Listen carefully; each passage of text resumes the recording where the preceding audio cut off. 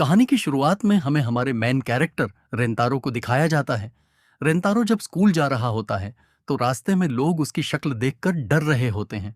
सबको लगता है कि वह कोई खतरनाक गुंडा है। तभी रास्ते में उसे अपने स्कूल के कुछ दोस्त मिलते हैं जो कुछ दूसरे लड़कों से उलझ रहे होते हैं। वो गुंडे जानबूझकर रेंतारो के दोस्तों से पंगा ले रहे थे और पूछ रहे थे कि तुम्हारा वो डरावना दोस्त कहाँ है। तभी वहां रेंतारो की एंट्री होती है। रेंतारो का खतरनाक लुक देखकर उन गुंडों की लिटरली फट जाती है और वो तुरंत वहां से दुम दबाकर भाग जाते हैं। रेंतारो अपने दोस्तों को समझाता है कि लड़ाई झगड़ा मत किया करो, लेकिन उसके दोस्त उल्टा उसी को ब्लेम करते हैं कि तेरी इस डरावनी शक्ल की वजह से ही सब हमसे पंगा लेने आते हैं। अब यहां पर स्टोरी का एक बड़ा ट्विस्ट समझो। रेंतारो जिस स्कूल में पढ़ता है वह एक लड़कों का स्कूल है, चिडोरा हाई, जहां सब बैक बेंचर्स और नॉर्मल घर के लड़के पढ़ते हैं। और बिल्कुल उसके बगल में एक लड़कियों का बहुत ही आलीशान और अमीर स्कूल है, किक्यो हाई। इन दोनों स्कूलों के बच्चों में आपस में बिल्कुल नहीं बनती। लड़कियां इन लड़कों से इतनी नफरत करती हैं कि उनके स्कूल की खिड़कियों पर हमेशा पर्दे गिरे रहते हैं ताकि उन्हें इन लड़कों की शक्ल ना देखनी पड़े। एक सीन में जब लड़कियों का ग्रुप बगल से गुजरता है तो एक लड़की का रुमाल नीचे गिर जाता है। रेंतारो का दोस्त उसे उठाकर देने की कोशिश करता है, लेकिन वह लड़की घमंड में कहती है कि अब इस पर तुम्हारा हाथ लग गया है तो मैं इसे नहीं लूंगी।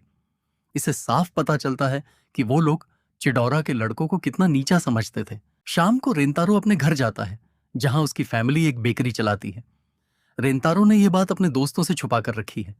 उसकी मां कहती है कि दुकान पर सिर्फ एक कस्टमर है, तुम जाकर संभालो। रेंतारो जब अंदर जाता है तो वह देखता है कि एक बहुत ही प्यारी और छोटी सी लड़की टेबल पर बैठी है और उसके सामने केक्स की ढेरों प्लेट्स खाली पड़ी हैं। रेंतारो सोच में पड़ जाता है कि इतनी छोटी सी लड़की इतना सारा केक कैसे खा सकती है। तभी दोनों का आई कांटेक्ट होता है और वह लड़की इतनी घबरा जाती है कि केक उसके गले में अटक जाता है। रेंतारो जल्दी से उसे पानी देता है। वह लड़की शर्मा कर तुरंत थैंक यू बोलकर वहां से भाग जाती है। रेंतारो को लगता है कि उसकी डरावनी शक्ल देखकर वह डर गई, लेकिन उसकी मां बताती है कि उस लड़की का नाम वाघुरी है और वह बहुत अच्छी लड़की है जो किसी को शक्ल से जज नहीं करती। अगले दिन रेंतारो स्कूल में भी उसी लड़की के बारे में सोच रहा होता है। जब वह घर लौटता है तो उसकी मां बताती है कि वाघरी उससे मिलने आई है। रेंतारो हैरान रह जाता है। वाघरी उसे कहती है कि कल वह बिना कुछ बोले भाग गई थी, इसलिए वह माफी मांगने आई है। दोनों साथ में केक खाते हैं।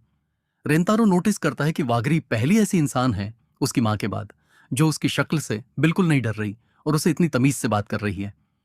जब रेंतारो पूछता है कि तुम कल भाग क्यों गई थी तो वाघरी शर्माते हुए कहती है कि पहली बार कोई लड़का मुझे इतनी देर तक घूर रहा था, इसलिए मुझे शर्म आ गई और मैं भाग गई। यह सुनकर रेंतारो का दिल तेजी से धड़कने लगता है। वह समझ जाता है कि वाघरी उससे डरी नहीं थी बल्कि शर्माई थी। वाघरी दुकान से अपना केक भूल कर निकल जाती है।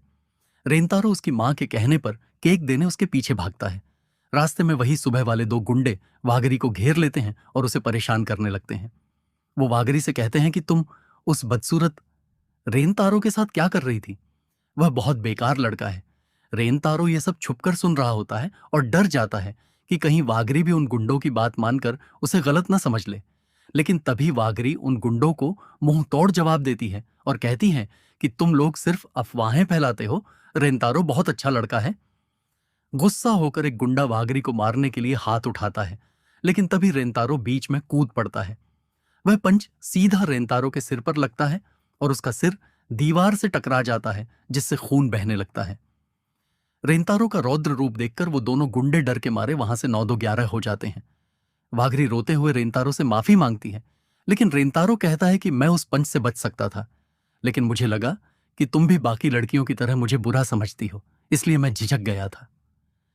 वाघरी उसका घाव साफ करती है और कहती है, मेरी जान बचाने के लिए थैंक यू, तुम बहुत अच्छे हो।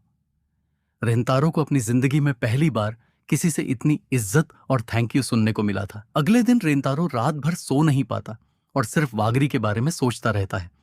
जब वह क्लास में खिड़की के बाहर देखता है तो उसे पड़ोसी लड़कियों वाले स्कूल किक्यो हाई की खिड़की का पर्दा हिलता हुआ दिखता है और जैसे ही वह पर्दा खुलता है रेंतारो के होश उड़ जाते हैं, क्योंकि पर्दा हटाने वाली लड़की कोई और नहीं बल्कि वाघरी थी। यानी वाघरी कोई मिडिल स्कूल की बच्ची नहीं बल्कि उसी रईस और नफरत करने वाले लड़कियों के स्कूल की स्टूडेंट है। दोनों का आई कांटेक्ट होता है और रेंतारो घबराकर अपना पर्दा बंद कर लेता है। और इसी सस्पेंस के साथ इस एनीमे का पहला एपिसोड यहीं खत्म हो जाता है। दोस्तों, ये एक बेहद खूबसूरत लव स्टोरी की शुरुआत है। आपको ये एक्सप्लेनेशन कैसा लगा? कमेंट्स में जरूर बताएं। वीडियो पसंद आई हो तो लाइक और चैनल को सब्सक्राइब करना मत भूलना।